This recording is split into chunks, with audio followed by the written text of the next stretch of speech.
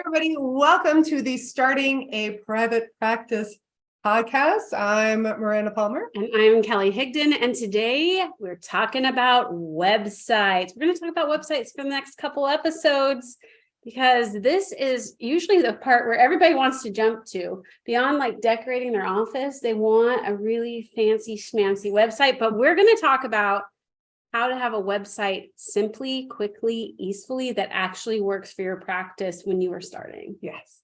So first thing that people ask is like, well, can I really do this on my own? Or is this the place that I have to outsource and put it out in there and out into the world? Maybe I need to invest $2,000 or $5,000 or $10,000, or maybe even it'll only be $500 and I get a website to the first page of Google. We highly recommend DIY. We'll kind of talk about it as we go as to why that is. But we have helped thousands of therapists get their websites to the first page of Google and doing it themselves and understanding how to have the keys to their website. So let's dive in. So first and foremost, we need to choose a website platform. How do we decide where to build our website, Kelly? Well, there's lots of options out there and you hear about them all and they're all paying for ads. You've got Wix and Squarespace and WordPress. And I just want to be simple. I'm going to say what I prefer, and then you're going to talk about why. Yeah. We recommend Squarespace right now as at the recording of this podcast, and we have always recommended it since we've been around since 2010. Why? Because it is easier for clinicians to use if you have no tech experience. And we know that it also has good findability. Part of your website is you want it to be able that when someone's searching for a service like yours, that you pop up. And did you know that the platform you choose could actually impact whether or not you show up? So we like Squarespace because we know that it has good SEO, search engine optimization ability. Features. Yeah. So we love it. You'll hear a lot of designers talk about WordPress, WordPress.org in particular, because it's a free website builder. It's not really free, and it's very insecure. And the reason that designers like that is because it means they can plug and play things that they've already purchased, and they don't have to invest anything else. They don't have to give you a custom design. Yeah. There's a lot of reasons why they can do that, and it isn't necessarily for your benefit. So we are describing this obviously as someone who, we're not in the business of selling you a Squarespace site. We're in the business of what have we seen work time and time again. In fact, we had someone that we consulted with who was doing WordPress websites. And we even talked about, we actually used to be website builders and designers, y'all, at some point. We actually had a course called How to Build Your Website in 30 Days. This was when we very first started in 2010. And this other colleague was like, no, WordPress is where it's at. Like, it's where it's at. And then 5 years later, he was like, oh no, I send all the therapists and small business owners to Squarespace. Like, this just doesn't make sense for them. Like, it just doesn't. Now we do have a whole article on some of these terminologies and things like that. And a whole reason why we don't recommend WordPress, even for some of the most tech savvy. So we just want to just put out there, Squarespace has like a simple format and way to go. And then once you pick that platform, we want to talk about you creating a single page website to start. You do not need to have all the pages figured out and all the bones created. You need to get up now. If you're starting your private practice, is it better to wait 3 months and design a perfect website, or to take action and have a one page up right now and continue to evolve it over time? We're going to say take action now. One page website. So when that marketing message that you did, you already have, that's basically your homepage copy to start. You do not need a logo, y'all. You do not need a logo. You don't need to pay a dime. You don't need to do a free logo creator. You don't need to use Squarespace's logo creator. I know it makes you feel special and fancy and whatever, but you don't need a logo. What you do need is a clear picture of yourself in good lighting. If you're going to invest a few $100s into something, do a headshot. There's a company called Shoot with, is it 2 T's? Or 3 O's. I can't remember. Called Shoot.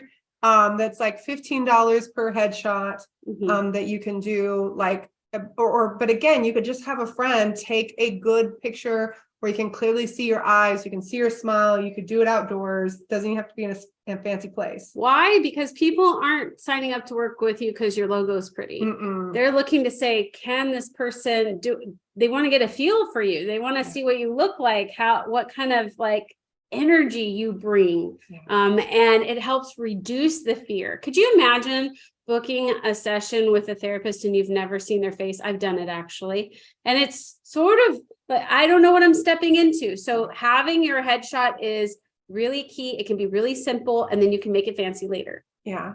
And it can bring up a lot of anxiety. If you've spent your life hiding because you've been shamed or other or marginalized, it can bring up a lot of emotion. So we're not trying to discount that in any way, shape, or form, but it is really important. The whole idea ultimately of your website is that somebody who's hurting could do a simple search at any point, day or night, and they could find hope.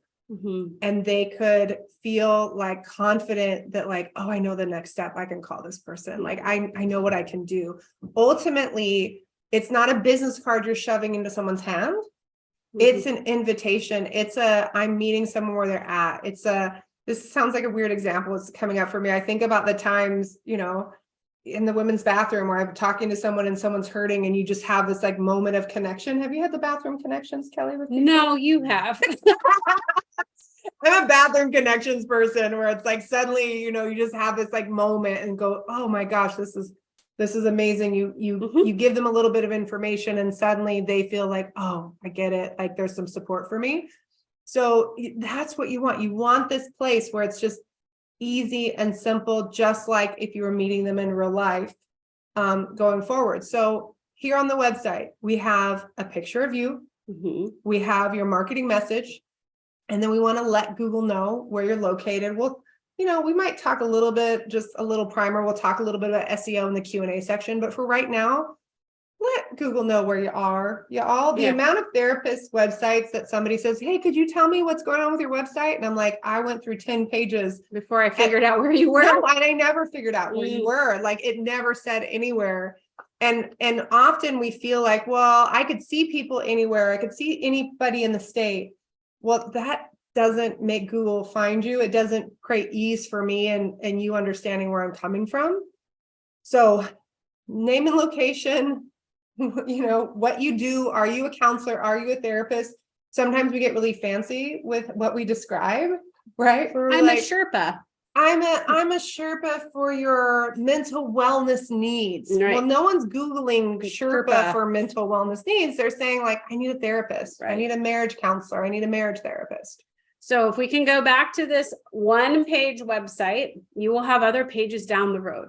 But the page needs to include that messaging that we talked about in the previous episodes. Mm-hmm. And in that message, we're connecting to the pain. We talk about who we are and how we help.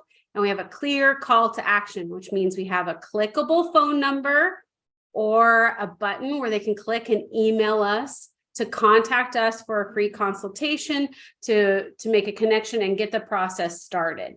You also, again, like Miranda said, want your photo on there with your name. And most states require you to have at least your license type, maybe even your license number on your website.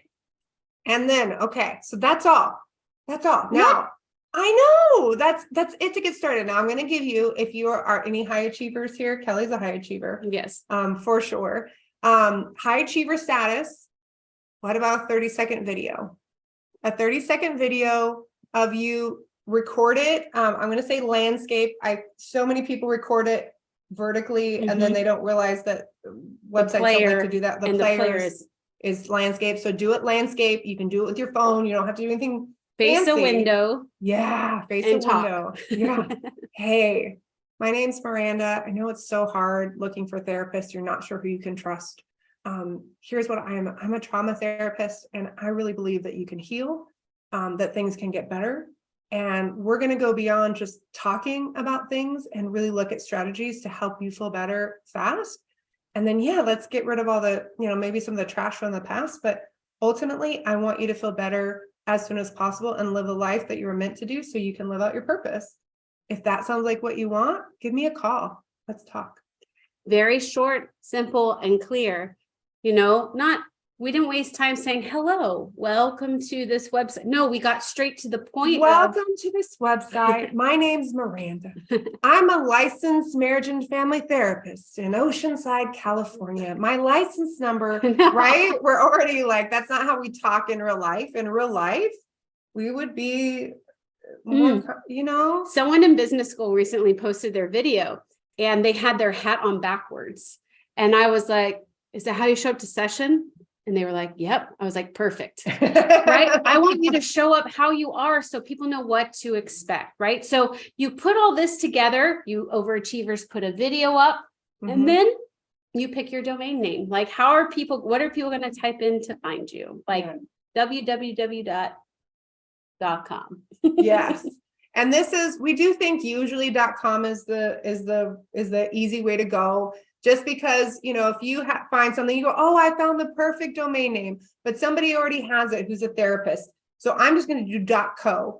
You're probably going to end up inadvertently sending people over to this other person's place. So we want to find something that is unique to you. It doesn't have to be fancy. It doesn't have to be the name of your website. It doesn't have to be name of your business. The name of your business. You're right. Sorry. Yeah. It doesn't have to be the name of your business. It doesn't have to be your LLC if you decided to do that, or S corps or anything like that. It's literally just, I think of a domain name like a phone number, right? If I have a 515 number, that phone number can be pointed at an iPhone or an Android or whatever, or Google, whatever they call those things. Like, I can point that anywhere. So also know that it's going to be okay. Even if you change your website in the future, nothing bad is going to happen. So choose a domain name, keep it simple, make it easy to spell, make it easy to read, make it easy to type. Zynnyme.com. Terrible idea. Terrible. So here's what it looks like when I do my email address, right? And I say, oh yeah, I'm at zynnyme.com. That Z is in zebra, Y is in yellow, N is in Nancy, N is in Nancy, Y is in yellow, M is in Mary, E.com. Oh my gosh, I've been doing that for how many? Since 2010. Like, it's a really long time. So really be thoughtful. Type it out for yourself several times. See if it gets weird. Say it several times out loud, right? Think about like what that really looks and feels like. If you can, if there's a search term that's within that, I do think that's great. So the word counseling or the room therapy. If you are someone who you kind of know that you want to go beyond counseling or therapy, or maybe you're a little ambivalent about what you might want to do, you can always start with your name, especially if you do have a unique name. If you're a Jennifer Palmer, that's going to be hard. So we probably need to do something else, but shorter is better. Miranda Palmer Counseling, Oceanside.com is not where it's at. So once you pick your domain name, you put it with your website, you get it live, right? You hook it all up, and we teach how to do all that in business school. But ultimately, it's live now. Yeah. Now you may be thinking, oh my gosh, but I don't have this and that. And what about the SEO, which we'll talk about in a minute? Right now, all that's happening is it's a baby new site, and Google's just trying to figure out what this site is about, and it's going to come back and visit it and scroll all the message that you put in there. It's going to take time. So you have time to go back and add final touches to make sure that it becomes a really working marketing tool for your business. Now, we've talked a little bit about search engine optimization. What is that? That just means that when someone is looking for a service like you, they type in keywords into Google, typically, because it's the biggest search engine, and you show up. Search engine optimization, that you show up for the right thing. That, like when someone searches for a counselor in Oregon, Portland, Oregon, you're on the top of the list. So that when someone searches for a plumber in Portland, Oregon, you don't show up. You want to show up for the things that people are really looking for, that you align with. Yeah, and that the intent is there. I had someone this last week, one of our coaching clients said, well, wait, what about this search term? Because it has, 800 searches per month or 2,000 searches per month. I said, yeah, the people that are searching for that aren't looking for a therapist. They're looking for this. And they go, oh, it's not just about quantity. It's about the intention. Does that match up? And ultimately, Google's job, the way that Google gets paid, is by connecting people with what they need Mhm. easily and quickly. So we teach like how to research what words you want to put into your content and all of that so you rank, but you're just starting. You need to rank for counseling in your area, your city, your county, your township, wherever you're located. You want to rank for counseling or psychotherapy in that area. And then later you can go in and do research into deep dive into other keywords like anxiety treatment or EMDR therapy and those kinds of things. But to get started, let's start with the basics of ranking for counseling in your area. Yeah. Now, one of the things that happens with this is we often, again, feel like, oh, I got this website up, and then we want to like kind of sit and like twiddle our thumbs a little bit and go, oh, I did the thing. This is it. There is some marketing that's involved. SEO is part of that marketing plan, which we'll talk about in the future. But here and now, like it is something to celebrate. It is something to share with people that already like, know, and trust you. That like, hey, here's my website. Mhm. Now, you may find just the idea of sharing that with other people, you might feel excited or you might feel like really terrified. You might also feel really terrified if other colleagues sing to your website. What we find is that often what keeps a therapist from pressing publish or from pressing share isn't what potential clients will think, it's what will their colleagues think. Maybe even people that they don't know or like, but we're always afraid of being judged or getting in trouble. And some of us actually come from backgrounds where being visible is dangerous. And so this is about creating safety for yourself, showing up in the world in a way that you can, and knowing that you're going to be taking this website and putting it in front of the people who will value you, who are looking for someone like you and what you bring to the table. So I just want to acknowledge that there's a lot at play between hitting with that publish button. Yeah. Okay. So that was a lot, right? That was a lot. There's more to do. There's more to like hook up and connect, but for podcast purposes, getting into the legalities and all the other pieces, this is what we dive into in business school because there is a lot, even if, and let me be clear, even if you outsource your website and you think if I just give it to this designer, they're going to take care of all of this. They're not going to write your content for you. They're not going to make sure that it's necessarily accessible. They're not going to make sure that the legalities are there in place and that you've put the proper disclaimers and other things in there.